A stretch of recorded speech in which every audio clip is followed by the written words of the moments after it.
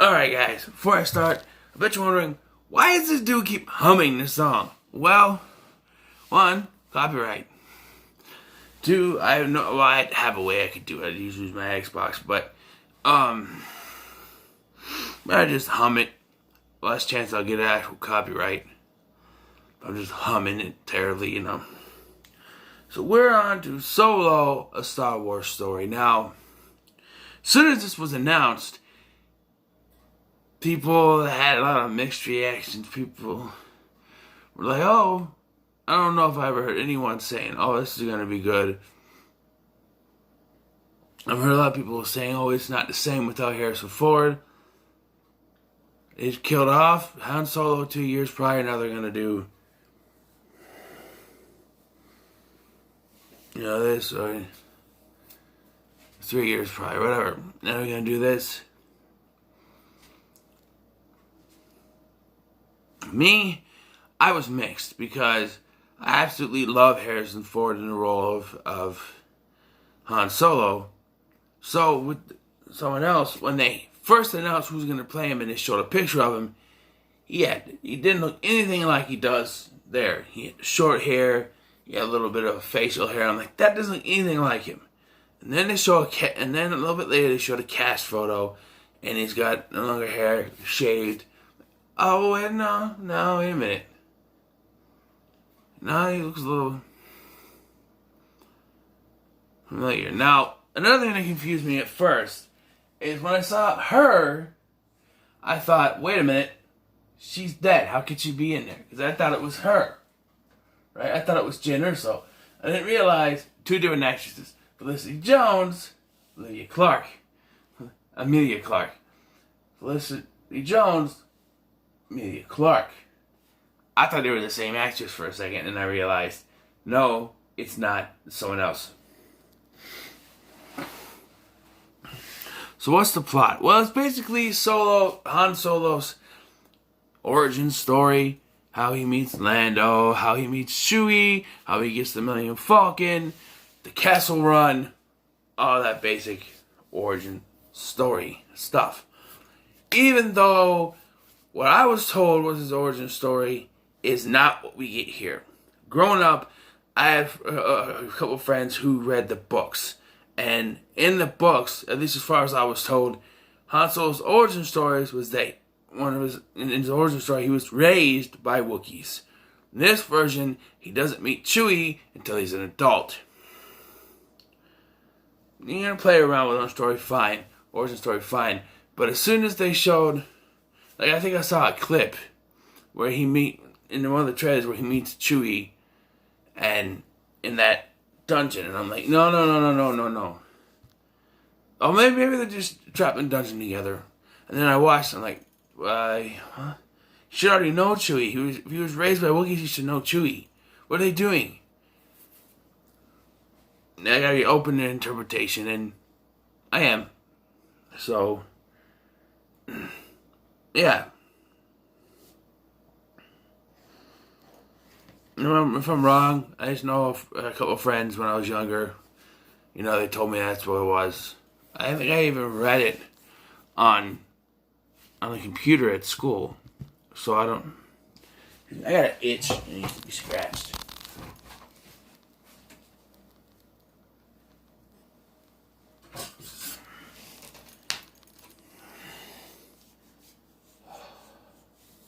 There we go. Of course. Alright, so let's start with the positives. Aiden Ehrenreich, who plays Han Solo. He's not Harrison Ford, but I think he does okay. Portraying this a more, by the time we meet Han Solo in A New Hope, he's this grizzled, not grizzled, but this scruffy. He's been through a lot. He's lost a lot by then. And he's, minding his own business. He's with Chewie. And he's done all this before. He's been through whatever. He's been through this movie. He's been through whatever. And he's a loner. Here, this version, though, is not a loner. He's with a woman whose name I can't remember, but played by Emilia Clarke. And they're together, and they're trying to leave Corellia, which is where they're from. Han doesn't have a last name. Well, yeah, I guess we'll get to that. That'll be the negatives, but they get separated, and he promises to come back for her. He ends up enrolling in the Empire, or whatever, just like volunteering to join the Empire. Eventually, decides, and says that eventually he'll make his way back. And eventually he does meet up with her again in the most weird of circumstances after a while. But it's all about trying to get back to her. That was his promise. And he does get back to her. So he's not a loner. And I think it's like he meets Chewie. And I think it's this film that kind of separates him from the rest of the people. He got scorned by not to spoil the movie, I'm spoiling by her. So he wants to be a loner, except for Chewie. Chewie always got his back in Lando. But, speaking of Lando, Donald Glover, very good as Lando. It's almost as if you're looking at a very young Billy Dee Williams. It's very good. Just like I said about Anakin towards the end of Revenge of the Sith. Just like kind of trying to not manipulate, emulate the kind of mannerisms and movements and talks of the specific actor as you're becoming that actor. Or that character, great. Very good. Is it Billy Dee Williams? No. We're getting him in the next one. And I hope it's not just like for 5 minutes and he gets shot. Because all I've seen is him in the Millennium Falcon.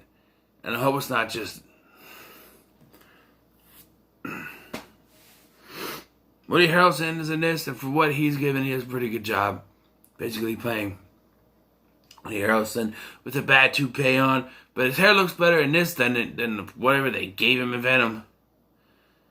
Oh, I hope they changed that by Venom 2. I hated that. You could have just... I said this in my Venom review. You could have just had him bald. I'm open to having a bald Cletus Cassidy. But I digress.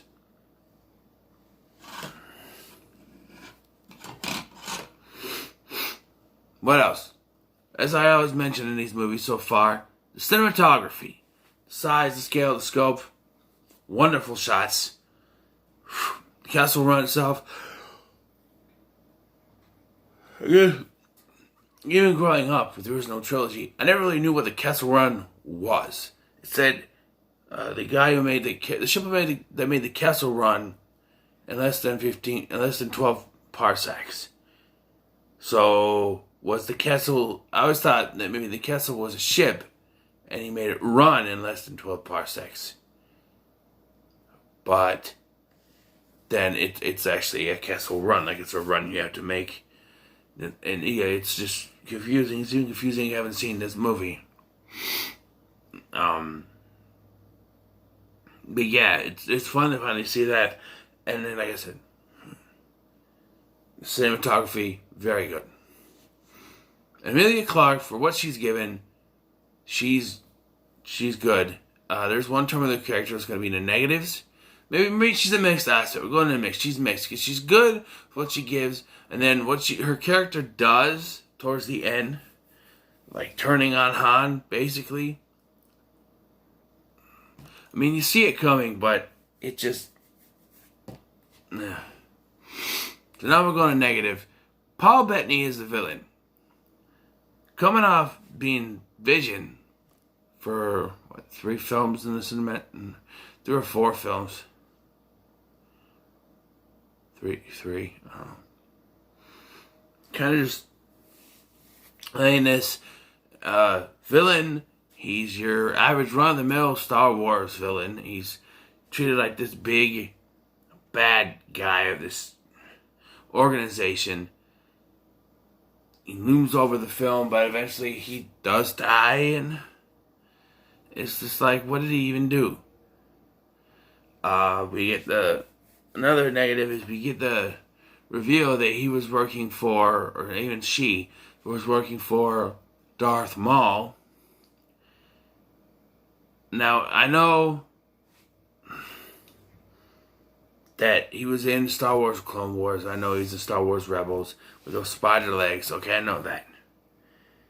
And I know I said I wasn't going to do anything that expanded the universe beyond the movies, but it's a movie, so I have to do it. I just think it's stupid. Because my next down is the film itself. Or the making the film, I should say. As soon as they started making this film, they knew that people weren't going to like it. They knew there was a limited probability of success. Never tell me the odds. But they should have focused. All these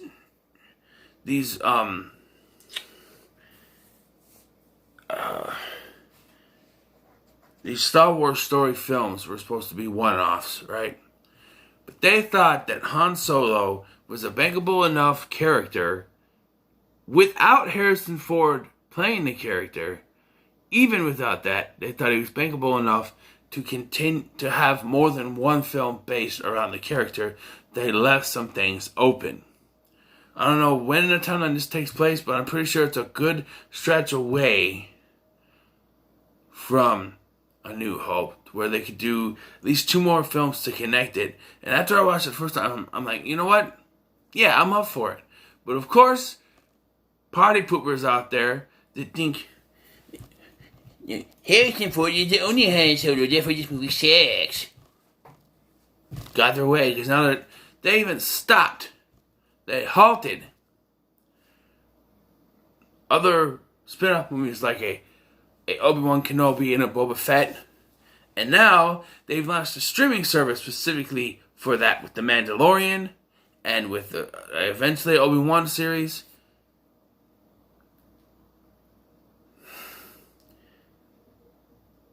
This movie was decent enough to merit a continuation. But they still shouldn't have had cliffhanger like that. Like, oh, we could do this, another one. Because they should have known that fan reception was going to be split at some point. There might be some that are open to it, but most of the fans were against. I was for it. I could have seen at least 2 more films of a trilogy that they had planned. A trilogy, actually, I read. But now you got this Disney Plus bullshit. And yes, it's bullshit, alright? Streaming services are bullshit. You should not have to pay extra money for stuff on a streaming service that you can get that you're already paying for on cable TV. Alright? I hate that because Netflix started this. Netflix had its own, started this whole thing, streaming service. Everybody wants to be Netflix now. WWE Network was supposed to be a network, but they couldn't find a network, so now it's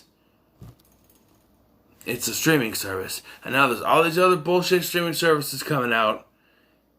They should just put them on TV. To the point, and people will agree with me this, I'm going off on a little tangent a little bit. Good superhero TV shows from Netflix were canceled because of Disney Plus. Now, those people will agree with me, but those same people are gonna get the Disney Plus streaming service. Because that's the way society is nowadays. Is they want to get this and that and this and that and this and that. And these companies, Disney, Netflix, what have you, they capitalize on that. They capitalize on your need to want more. And it's wrong. I'm going off on a tangent, I know. Should have stuck to either TV shows on cable, movies in the movie theater, streaming services, you know. Like, I just did a review of Terminator Dark Fate. We're heading there, alright? You put all this technology stuff, eventually it's going to screw us over. I'm sounding like some right-wing nut job, but I'm just saying. I'm not saying Netflix is going to take over the world or anything. I'm just saying that eventually,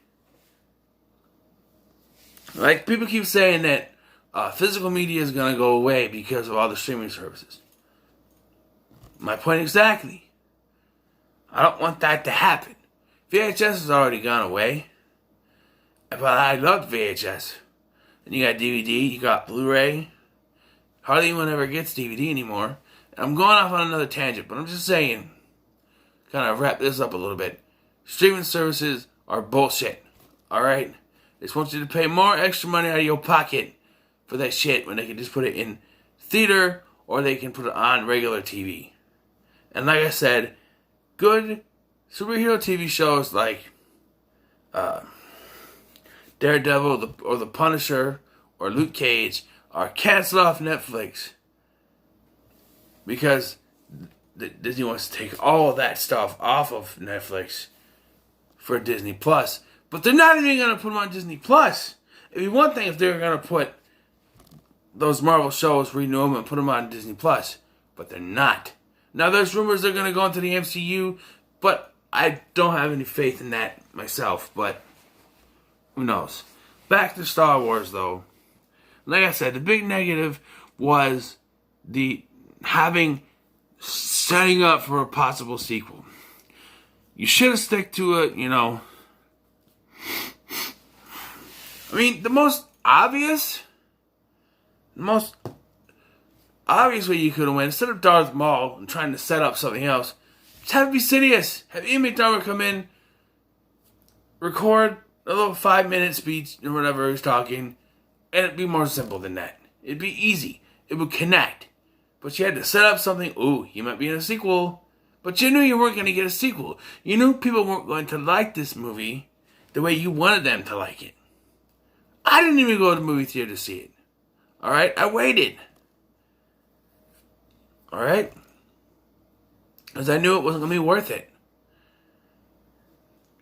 And that's the problem with this movie. It's a good movie, but nobody wanted to see it.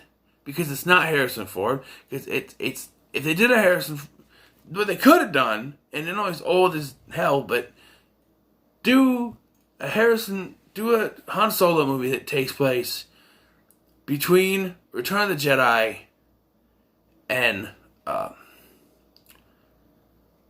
Force Awakens. You could have had him, even after everything happened with Kylo Ren and all that stuff, have him and Chewie just scavenging around and do a movie on that until he finally, and then have it end with them finding the Falcon.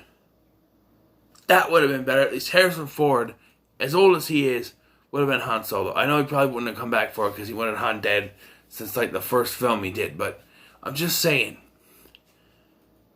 don't set up for possible sequels when you know you're not going to get enough to make sequels. Because it's all about the money, Vince McMahon says. Alright? And that's another thing, too. It shouldn't be all about the money.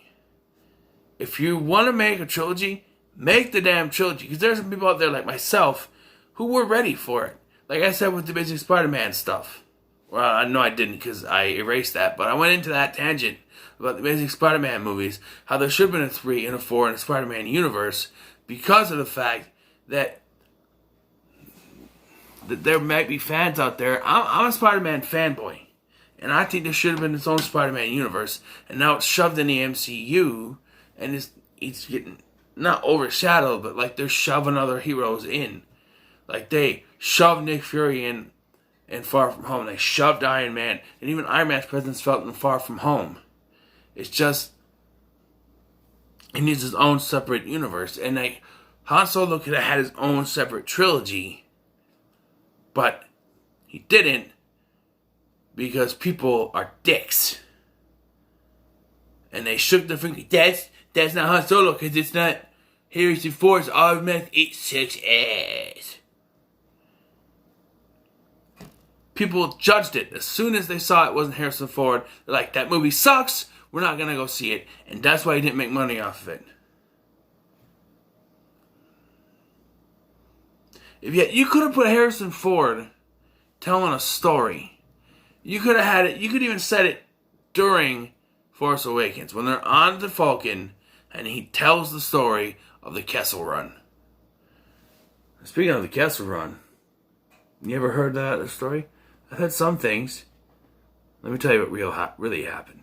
And then he goes into it. But you have Harrison Ford in there. Like, bookending it, but at least he's in there and it's implied that it is him, It would have been better. Guys, I do like this movie, alright? I went off on a tangent and I'm sorry. But I do like this movie. I'm going to give it a 6. A 6 out of 10 for Solo: A Star Wars Story. What are your thoughts on Solo: A Star Wars Story? Let me know in the comments below. Like, share, subscribe, and may the Force be with you.